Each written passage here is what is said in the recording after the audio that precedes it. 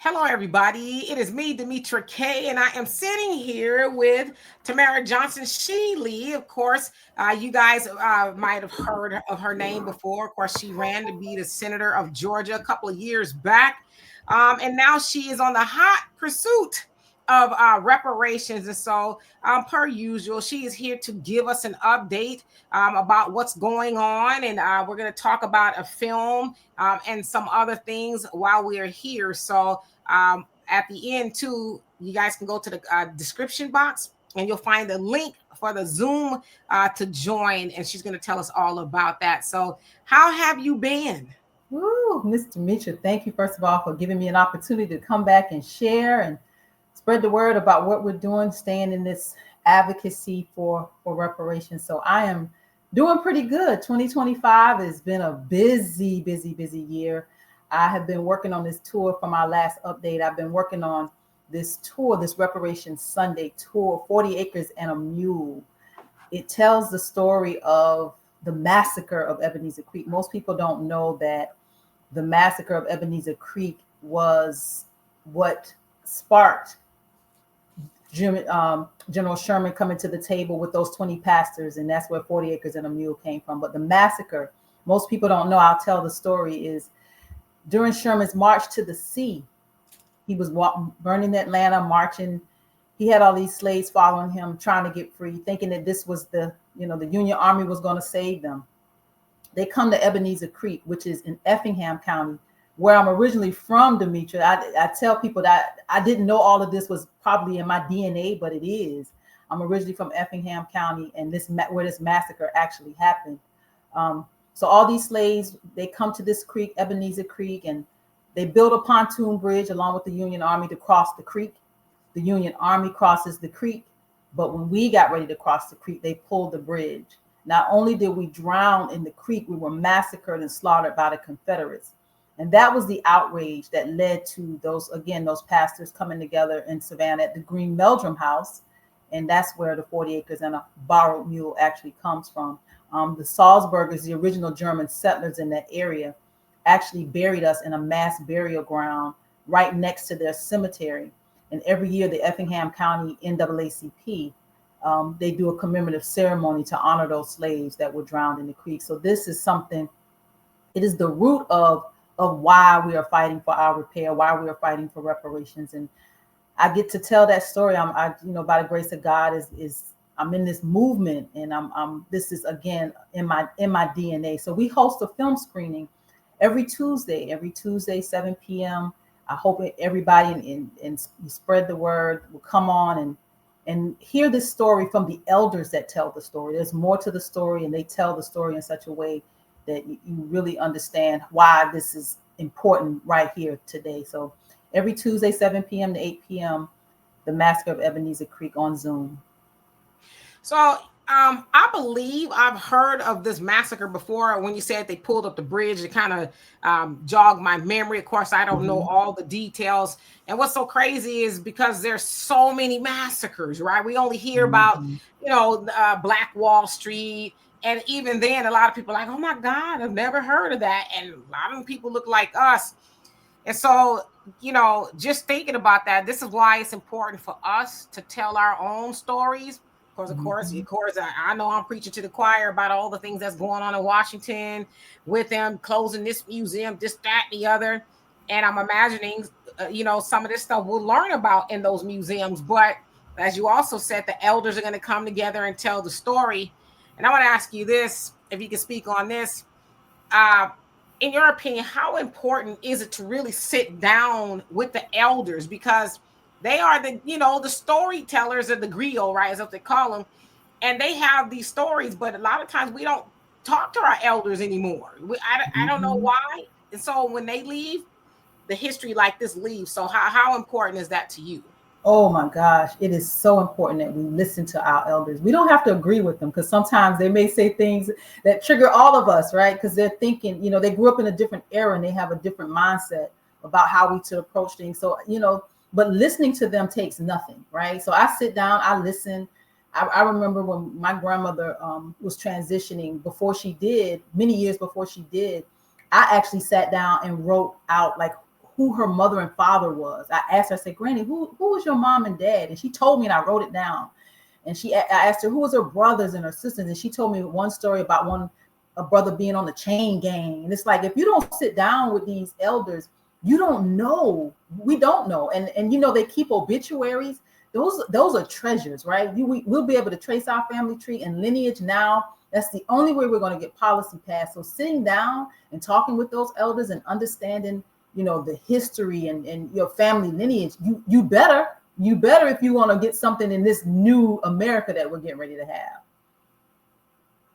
Absolutely. And as you were speaking, I was thinking about how often in our community we fight over the house, right? The house is mine, or, you know, I'm going to sell the house again. But it's like, what about the stuff that's in the house? Like you said, the obituaries and the stories and the links to who we actually are. Because like you said, just listening to you say, you know, you asked who your grandparents, who their parents were. Most people don't even know. We don't even know, right? Because like I said, I knew my great grandparents, but obviously their parents were probably gone. So it was never really a conversation. And I too had to go and do some research on my own to kind of connect the dots.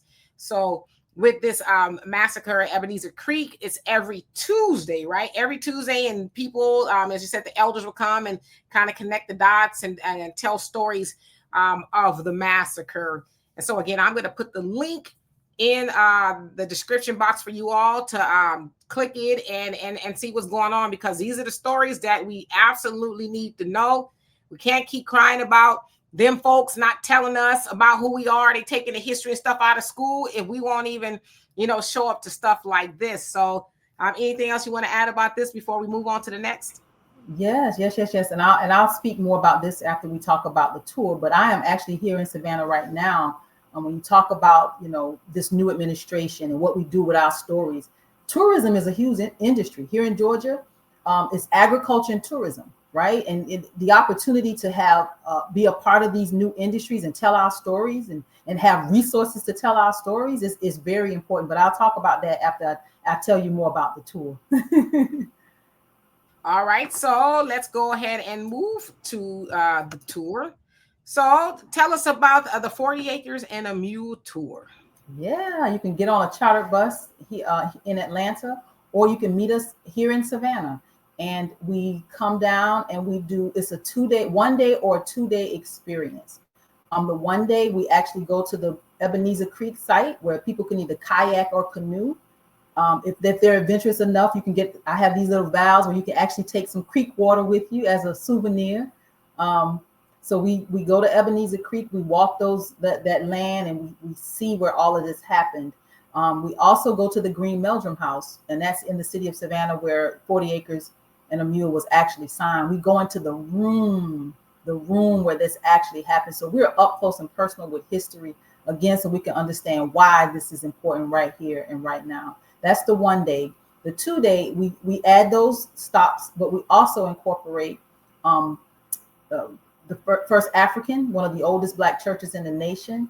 We incorporate the Laurel Grove Cemetery, which is one of the oldest cemeteries where our bodies, that cemetery, for me, it is, I feel the connection of the ancestors when I'm walking through there. It's an amazing experience. We go to the Weeping Time site. Most people don't know that Savannah had the largest slave auction in the nation. So we go to the site where that actually happened. And Demetra, they call that the Weeping Time because on that day, they said the heavens opened up and it rained and it rained. And they said it, you know, it was like the heavens will open up and the angels were weeping. So that's why they call it the Weeping Time. Yeah, it's a full experience, 1 day or 2 day experience. We also go to another church in the city, First Brian, where that's one of the pastors that was a part of the 40 Acres and a Mule sign. And so we really try to engulf you in the experience of that time. Savannah is if you've never been to Savannah, it's such a charming city. I'm again, native Effingham, Chatham County. So I'm a country girl raised in the city of Savannah that moved to Atlanta. So I'm kind of touching it all. But I can just tell you, Savannah is such a charming city, and our history is so rich here. It's so rich here. And again, tourism and the opportunity to be a part of an industry. We have stories to tell. And we can't be quiet, we can't be silent, and we need to capitalize. I hope people are hearing what I'm telling you. We need to make this a part of how we are able to support our communities with telling our stories and making tourism a viable part of our experience. Absolutely. And how moving, I just listening to you talk about it, sounds like it'd be a very moving experience, just to be in the same area where, such horrible things happen to our ancestors. But just how moving is that? Oh, Demetra, I had one lady, and I could see it on her. It's like she just stood there and just knowing and feeling and standing on the land, specifically in that instance where they're buried. Like we're walking on the land where when they drowned in that creek or they were massacred by the Confederates, you're standing, you can even see the land because it's not flat, it's rolling. And there's hundreds, or they say even thousands of bodies buried there. So it is, you feel it, you know it. And this is the rural South, right? You come down here, it's wooded. You feel like, you're someplace very different. For those of you that live in the city, when you come to the South, you in the South. Absolutely, especially for those of y'all who live in Georgia, near Savannah, Atlanta, whatever it is, y'all should really try your best to get down there. And if you don't live there, it's an experience. We travel all over the world to go see everybody else's this, that, and the other. And then we have our own rich Black American history here that a lot of us don't even know about. So before you go over to even the motherland, we love the motherland, or the Paris, or go see the Eiffel Towers and all that, we need to see the things that matter to us, because once this history is gone, I mean, who's gonna bring it back, right? But I know we just got a couple more moments. Oh, go ahead. No, you're right. We have to tell our stories. And again, tourism. I want our people to really think about this, our stories, as being a part of a whole industry. It's a whole industry. And now is the time, and you and I, Demetra, were having this conversation about, how innovative our people are. Like there's so much that we can do different. There's so many things that we can now be a part of. Again, America is going to be very different on the other side of this administration. If we don't do something different now, I don't know what will happen to us. So again, tourism. These are our stories. Tell our stories. Bring people to your cities. This is just one story. There's stories all over the country that we need to be telling.